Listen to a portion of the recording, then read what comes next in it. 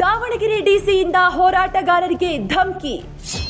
ವಾಣಿಜ್ಯ ಮಳಿಗೆ ಹರಾಜು ಅಕ್ರಮದ ಬಗ್ಗೆ ದೂರು ಕೊಟ್ಟವರ ಮೇಲೆ ರೌಡಿ ಶೀಟರ್ ದಾಖಲಿಸುವ ಧಮಕಿ. ಹರಿಹರ ಕ್ರೀಡಾಂಗಣದ ವಾಣಿಜ್ಯ ಮಳಿಗೆ ಹರಾಜಿನಲ್ಲಿ ಅಕ್ರಮ, ಮರುಹರಾಜು ಮಾಡುವಂತೆ ಒತ್ತಾಯಿಸಿದ್ದಕ್ಕೆ ಡಿಸಿಯಿಂದ ಬೆದರಿಕೆ. ಸರ್ಕಾರದ ಬಗ್ಗೆ ಮಾತಾಡೋದು ನಿಮ್ಮ ಮೇಲೆ ಕೇಸ್ ಮಾಡಬೇಕಾಗುತ್ತೆ.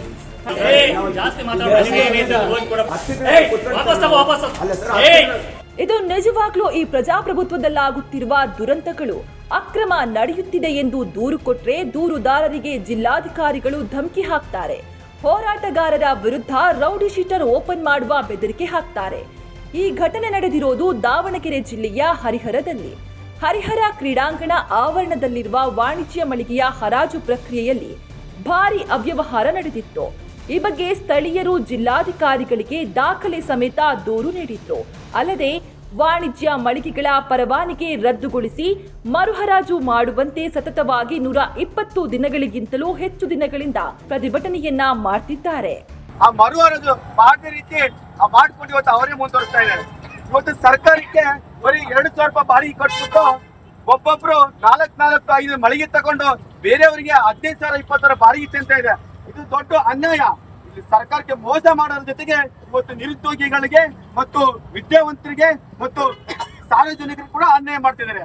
ಇದ್ರ ವಿಷಯವಾಗಿ ನಾವು ಸಂಬಂಧಪಟ್ಟಂತ ಅಧಿಕಾರಿಗಳಿಗೆ, ಮಾನ್ಯ ಜಿಲ್ಲಾಧಿಕಾರಿಗಳಿಗೆ ಇದೇ ತಿಂಗಳ 14ನೇ ತಾರೀಕಿಗೆ ಮನವಿ ಕೊಡಕ್ ಹೋದ್ರೆ, ಸರ್ ಈ ಒಂದು ಮರುಹರಾಜು ಪ್ರಕ್ರಿಯೆ ಮಾಡುವಲ್ಲಿ ಆಡಳಿತ ವಿಫಲವಾಗಿದೆ ಸರ್ ಅಂತಂದ್ರೆ, ಮಾನ್ಯ ಜಿಲ್ಲಾಧಿಕಾರಿಗಳು ಏನಾದ್ರು ಇದೆಯಾ ಅದ್ರಲ್ಲಿ ಅಂತ ಕೇಳ್ತಾರೆ.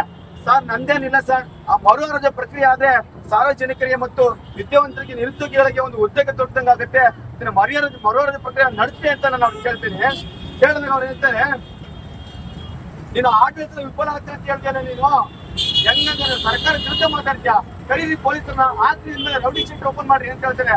ಇವತ್ತು ಹೋರಾಟಗಾರನ ನ್ಯಾಯ ಕೇಳಕ್ ಹೋದ್ರ ರೌಡಿ ಶೀಟರ್ ಮಾಡುತ್ತೇನೆ. ನಾವು ಇನ್ನು ಯಾರಿಗೆ ನ್ಯಾಯ ಕೇಳೋಣ?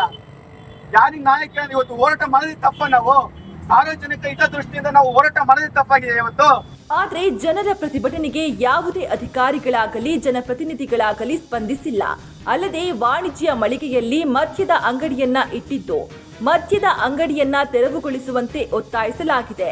ಆದರೂ ಜಿಲ್ಲಾಧಿಕಾರಿಗಳು ಹೋರಾಟಗಾರರ ಮನವಿಗೆ ಕಿವಿಗೊಡದೆ ಹೋರಾಟಗಾರರ ವಿರುದ್ಧವೇ ಕ್ರಮ ಕೈಗೊಳ್ಳುವ ಬೆದರಿಕೆ ಒಡ್ಡಿದ್ದಾರೆ. ಇದನ್ನ ಸಾರ್ವಜನಿಕರು ತೀವ್ರವಾಗಿ ಖಂಡಿಸಿದ್ದಾರೆ. ಸರ್ಕಾರದ ಬಗ್ಗೆ ಮಾತಾಡೋದು ನಿಮ್ಮ ಮೇಲೆ ಕೇಸ್ ಮಾಡಬೇಕಾಗುತ್ತೆ.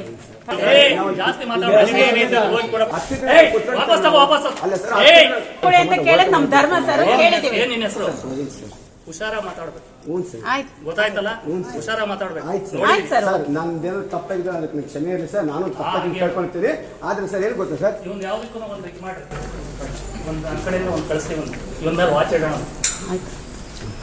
ಇವನ್ನಲ್ಲಿ ವಾಚ್ ಇಡೋಣ, ಕಳಿಸಿ ಮಾಡಿ.